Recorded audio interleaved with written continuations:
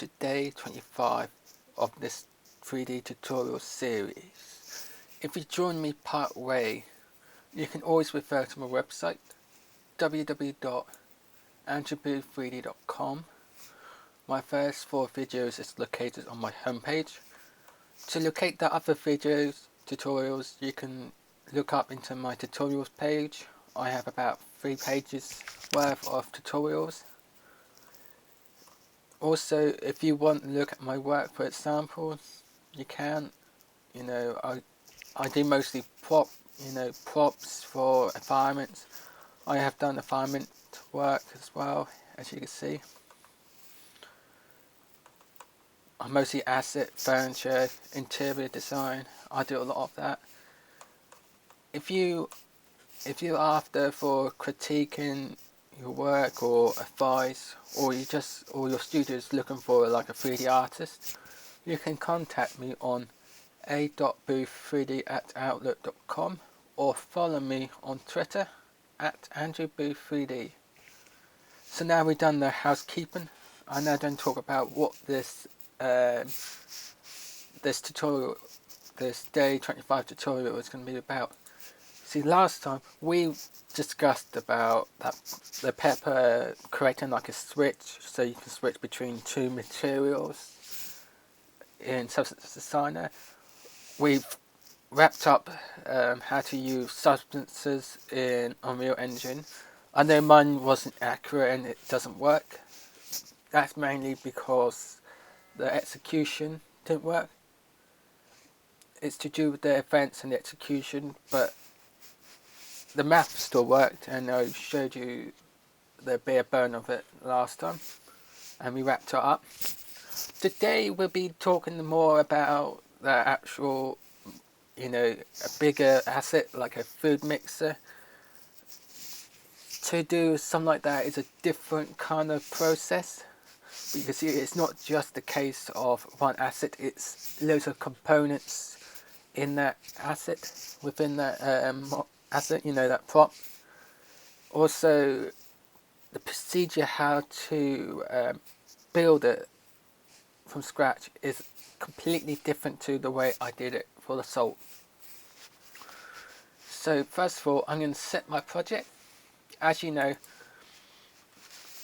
pardon me, I just had coffee, so I'm still hot in mouth, if you know what I mean. I'm going to set my project. If you remember last time, I made a new project folder and I showed you the procedure around that. This time, since I already made the project, I will walk you through it and set it, because you had to set the project. So you go down, File, Set Project, and you locate the folder that you're working with. By default, mine is Salt Dispenser, because that's the file we were working on in the last tutorial. So now I've got to locate my file, and if I remember rightly, it's American Diner. Here it is. Double click into it and set project, like so.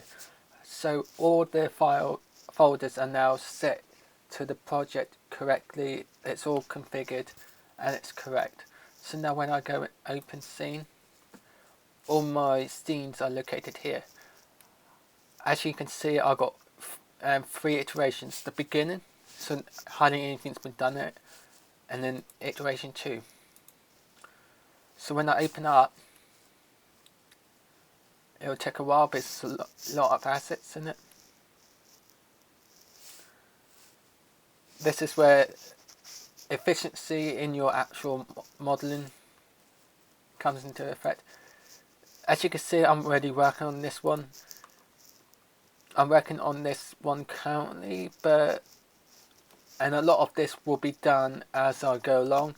So you will see a development between all of my scenes, a development of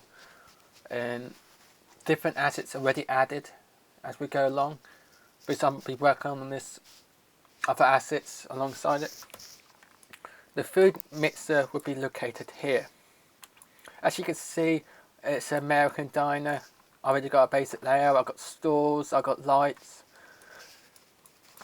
I have my cooker that you saw on my website. I was messing around with the materials so I can actually use them in the scene to preview it. You can do that, but bearing in mind that Maya is not actually supported with physically based rendering like this. So the shader, the calculations for the shader will take a lot. That's why I've only got it on this one cooker, and there's things, things missing, like this square, for example. This square is a decal square. I'm tempted to make like a pawn sheet. I've already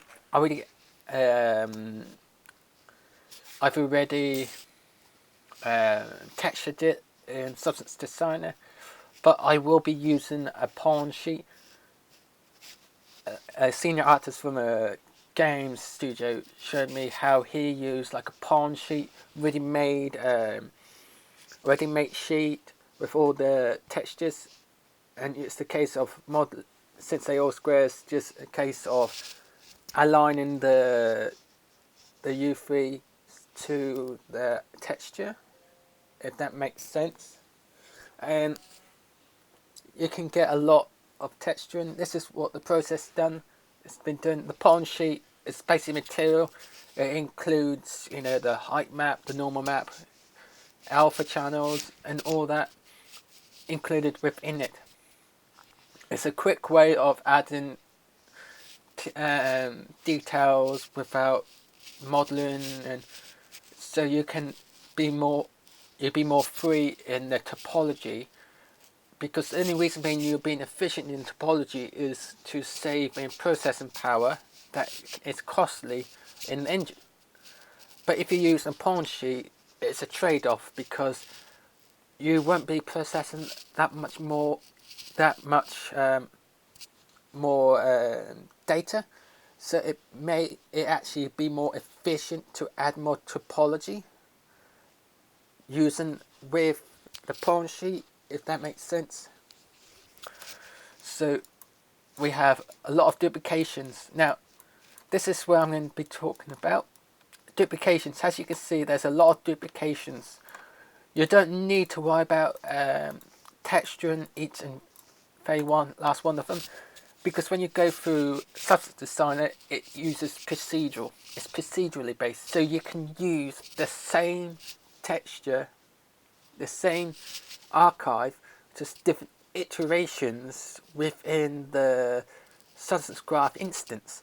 If you remember, in Unreal Engine, I showed you to create a Substance Graph instance, and it uses the factory.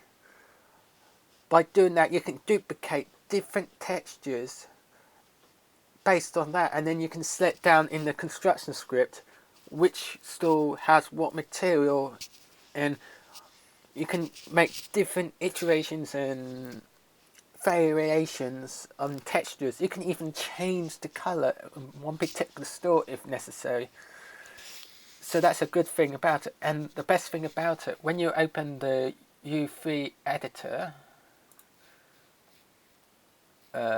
it's in polygons. When you actually open the UV editor, each store has the same UV. Each one has the same UV, the same UV layout. So it's basically each model has the same UV layout. So it's basically just stacking it. That's all it is. This is why when you know you're going to duplicate it, you just build one model, and then using that UV set, you can then change the texturing around that UV model.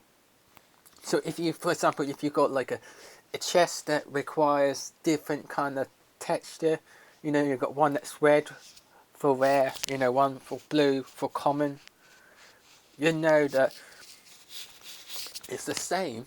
It's going to be the same UV layout. It's the same asset. It's just different texture. That's what you do. So as I go around, we have this store here. And the best thing about using duplications, if you set up right, just right, if you set it out correctly, when you manipulate one, they all should do it. I haven't got it set up on this particular one. As you can see, none of it, there you go, as you can see, because I altered. If you look, I have duplications set up here. So when you edit the topology here, it alters the other seed. That will save a lot of time. You set that up by going into duplicate special. In here, you click instance and parent, and the parent, and then -1, and that will just it just flips the orientation of it. So if you catch what I'm saying here, by having that set up, basically what you're saying, this is the instance to this model here. So if I wanted to, I can then go back into it, click these, and go to mesh. Where is it? Mesh display, soft edge, and it smooths it out. Same when you do this line here. When you select this edge and then do the same again, soft edge, it does that same thing over to the other model. This can save a lot of time. Instead of modeling it every individual asset, you can go in, make loads of duplications as instances, so then you don't have to edit each one. We also got a light here. It's a light shade with a light bulb in it.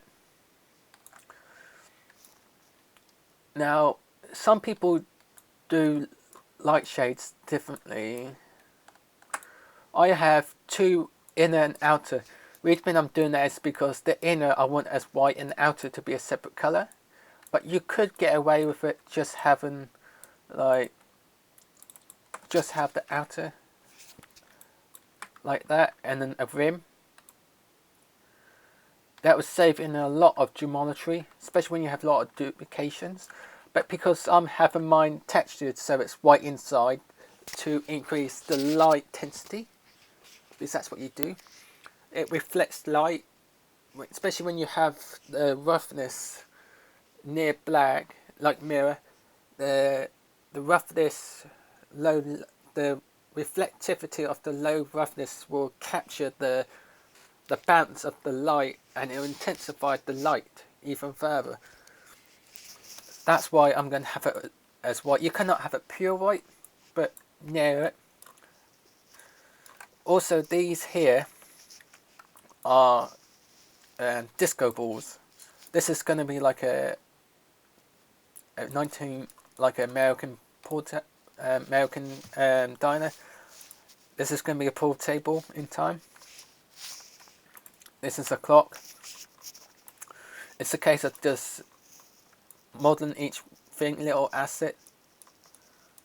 We've got a little cursor, little number here. You see these little squares? I don't know if you can select it. No.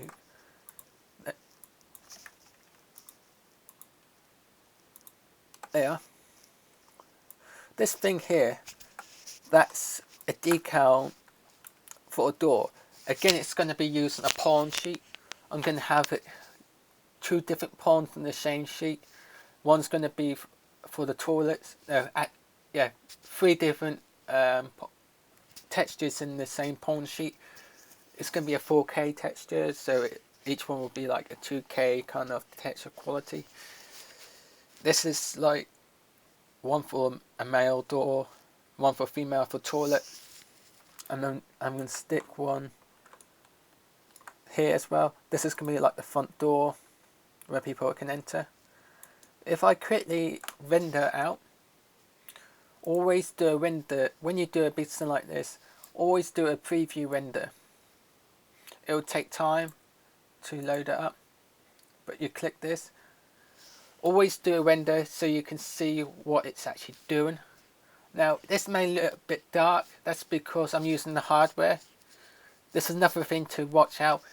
In Maya it does not actually support physically based rendering texturing, but the thing what does is an external plugin. If I go into my plugin manager, if you scroll down,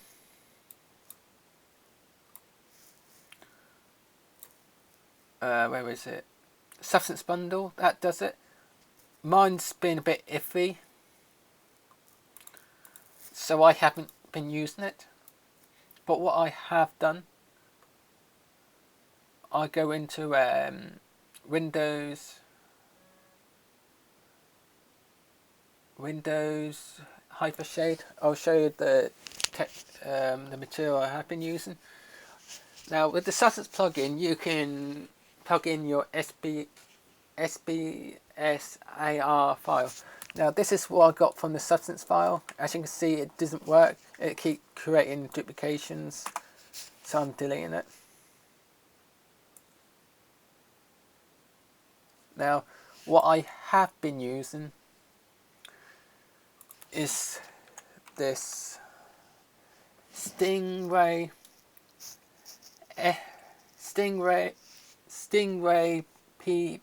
PBS. It's like it's a texture that it kind of works a bit like how Mental Ray works. Mental Ray is a more higher quality than the default Maya's renderer. What it does, it uses a series of passes to include reflectivity and all the roughness and calculations to do with light bounce and subsurface scattering and photon light and all the calculations that would be used for lighting artists. It do it in a series of passes. That's how the Mental Ray works. Over the years, Mental Ray has become more stable and more supportive.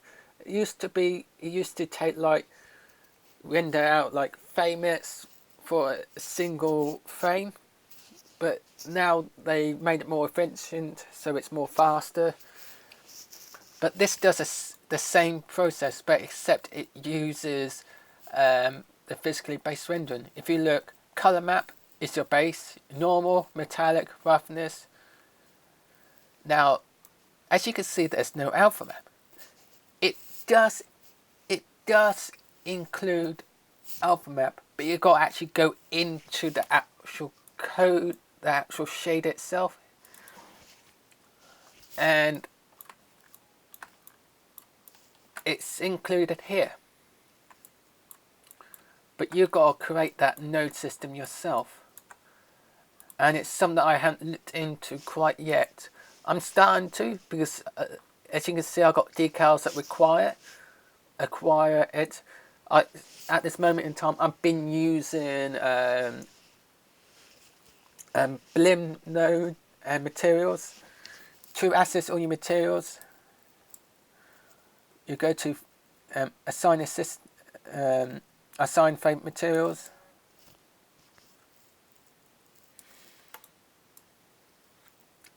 Assign favorite materials. All these are the ones that's common, everyone uses them. You've got a Blim node. Lamper is the default one. Layered shader, that's a good one. That's if you've got decals.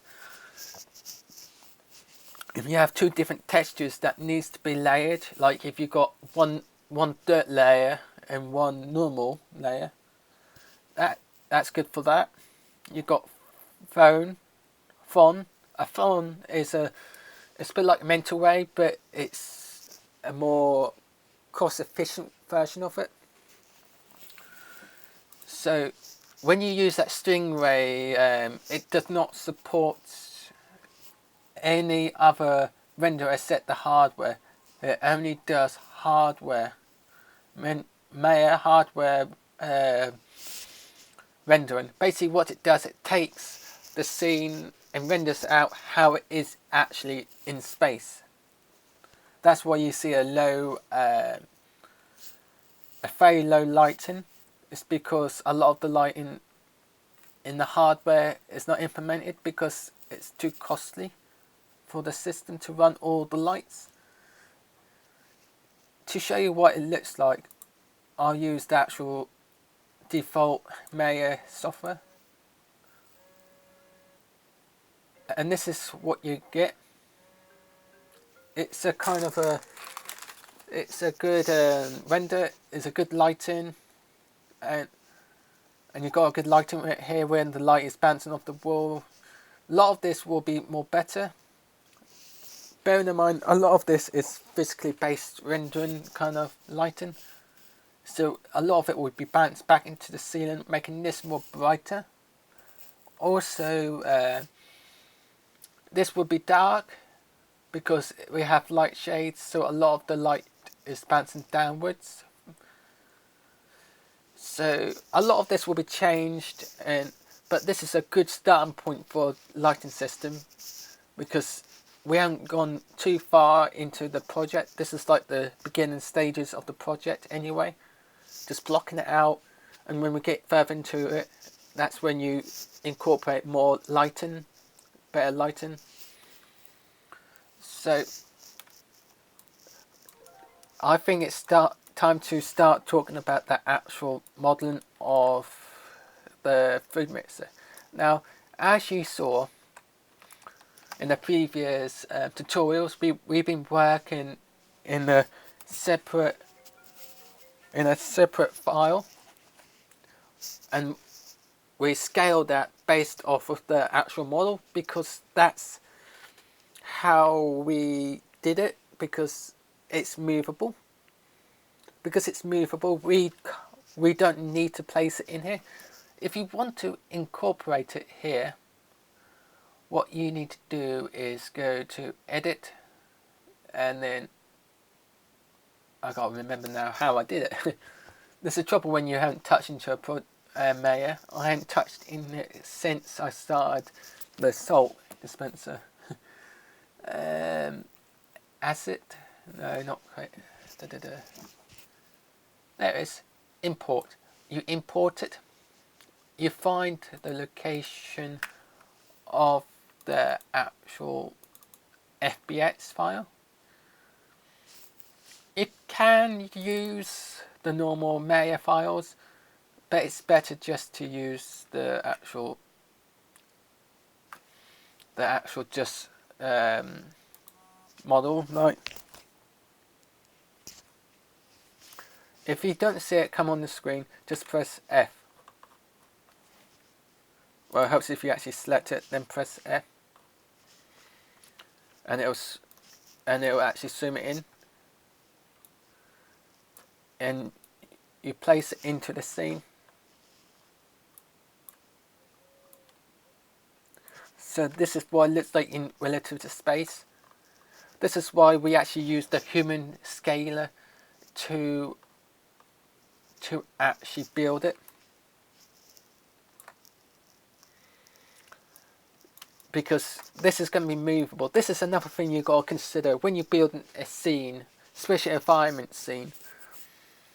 You've got to consider what is going to be static, stationary in the scene, and what is going to be movable. A lot of the stuff I have built into the scene already is static, but this salt dispenser isn't. This is going to be a movable object that a player can pick up and move into a different location as an item. Because it's movable, it's best not to place it in there, because when you're doing with ambient occlusion, the information bait of the light bounce of this object, of this salt, would be bait into the texture, and you'll get artifacts. Especially when you move it, you'll see where the object has been, and it's not good. It's not appropriate for a movable object. But if it's a static, the light information is more better. It has to be the case, because if it is a static object, it's not going to be moved. So it's better to include a more realistic lighting, and put emphasis where the lighting. For example, this bench here, the light will not reach underneath here. So realistically, this will be more darker. Now we could texture this in a separate file, but this bench would not have the light information of the ambient occlusion, so it won't look as efficient.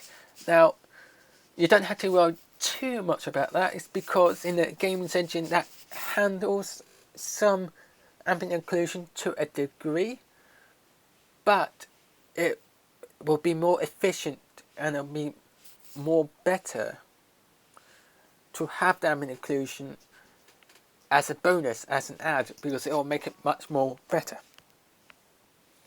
So when that's in place, this is another thing you got to consider. Now, as you noticed, when I moved this bench down, it's not whole. It's because this is a modular build. This is another thing you can do. If you know you can have the same object across the board like I have on here, like this table, you can do a modular build, each one having the same texture, just different iterations. The only difference is this will have a different texture. That's all. The rest will have the same texture, and it'll make it that much more efficient. Same on this place here. These two will have the same texture as each other. Only thing will be different it'll be flipped. That's the only thing that's different. And this one will have the same texture to the main texture here. Now I think it's time to actually start the process. What we'll do, we'll start from a cube. But before we do that, I'm not actually going to start the building process today. We'll be doing that tomorrow. The reason being is we need a good reference. So what to do, go into Google, type in food mixer. And as you can see, you can get different styles. I think I'll be using this one. This is the make the British Bake Off used. As you can see, it's a nice, decent. It looks quite high quality. Or you can pick whatever you want, as long as you got a good one, a good food mixer. This one's a good one. You've got a load of things to look out. You've got emissive channels. This here would rely heavily on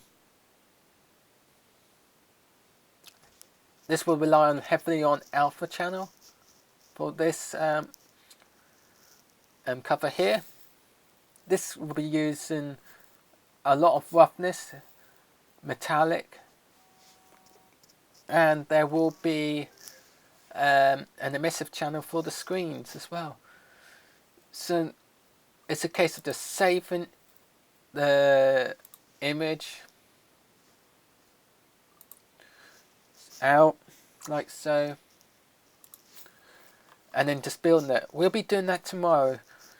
So I think I'll leave this tutorial here. I explained the overview of my project.